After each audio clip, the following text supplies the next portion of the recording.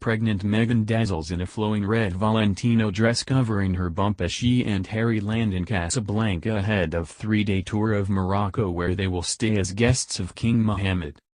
The Duke and Duchess of Sussex have landed in Morocco for the start of a 3-day visit to the North African country, and are staying as guests of the King of Morocco in one of his palatial royal residences tonight.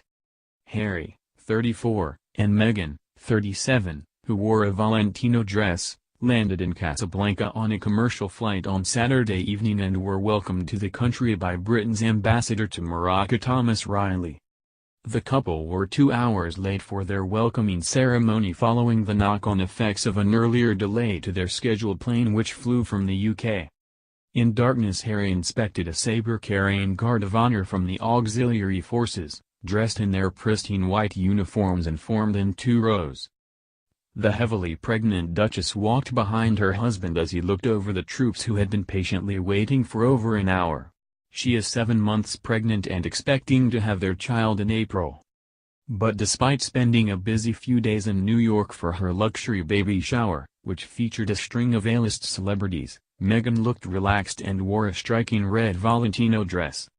A Kensington Palace spokeswoman said, "Their Royal Highnesses are very much looking forward to the visit and are grateful to their hosts and the British Embassy for arranging such an interesting program. They are particularly pleased that they will have the opportunity to meet so many young Moroccans over the next few days." The couple began their visit that will see them visit Morocco's famous Atlas Mountains and tour the capital Rabat by walking along a red carpet that led to Casablanca Airport's royal suite. As they entered the building they were offered milk and dates, a traditional welcome in Morocco. Pregnant Meghan appeared to pass but Harry could be seen nibbling on a date. A large motorcade of black limousines was waiting to take Meghan and Harry and their entourage of 9, which includes a hairdresser, to meet Morocco's Crown Prince Moulay Hassan. The Crown Prince welcomed Meghan and Harry to their royal accommodation after they had sped to Rabat in their motorcade. The 15-year-old shook hands with the couple at the entrance to their royal villa in the grounds of King Mohammed's palace. It was believed to be the first official meeting between the British royal family and the future monarch of Morocco. When the couple first arrived, Harry acknowledged a guard of honor outside the villa and they walked a few paces to where the young foreign royal was waiting. After the greeting, the Duke and Duchess were again offered dates and milk with orange blossom, served to special guests in the country and a feature of Moroccan weddings when the bride and groom feed each other the food. Meghan declined to sample the treats but Harry picked a date from the top of a large mound on a platter. The Crown Prince's mother, Princess Lala Salma, has been the subject of much speculation after disappearing from public life more than a year ago, with rumors circulating she may be living abroad.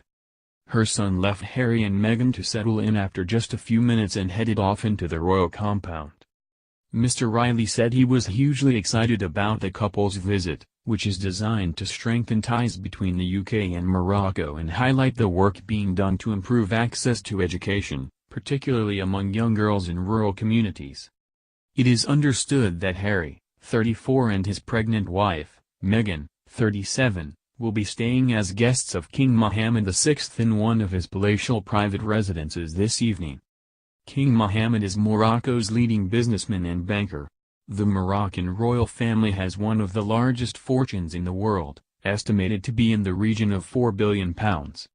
Although it has not been officially confirmed that they are meeting the king himself, it is known that they will be meeting various members of the ruling royal family over the next few days, including, it is anticipated, the Crown Prince, Moulay Hassan, 15. Officials could not say whether the couple would meet the king's wife, Princess Lala Salma. Mystery surrounds her whereabouts after she reportedly divorced the king last year, although nothing has been confirmed by the royal court.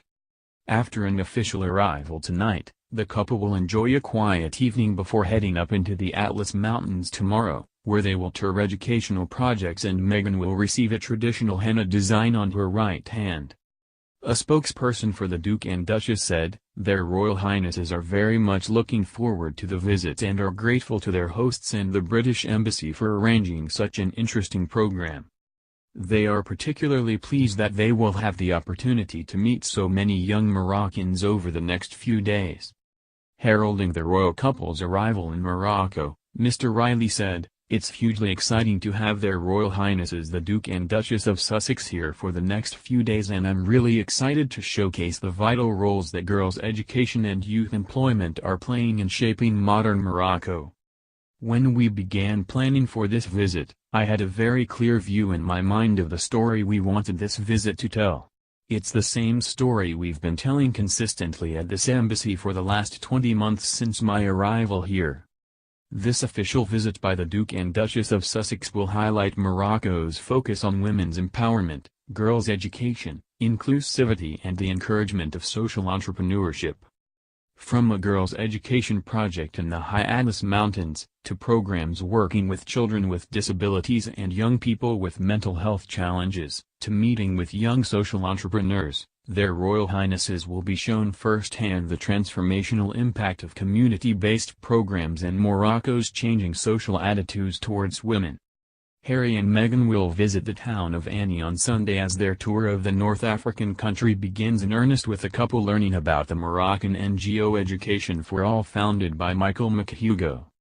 The organization builds boarding houses for girls aged 12 to 18 to ensure that youngsters from rural communities in the mountain region are able to access secondary education. During the visit, the Duchess will take part in a henna ceremony, an ancient custom that is thought to have its roots in North Africa, and have a design painted on her hand. Later, at another Education for All boarding house, the couple will meet its founder, and Harry will invest Mr. McHugo with an MBE, awarded in the New Year Honours List for his work improving gender equality in education in Morocco. Mr. McHugo first visited Morocco in 1973 and later started running educational adventure holidays in the country. He set up his NGO after meeting John Wood, the founder of a non-profit organization dedicated to promoting education called Room to Read. The first Education for All (EFA) project was opened in 2007, and it now has 50 EFA girls enrolled at university.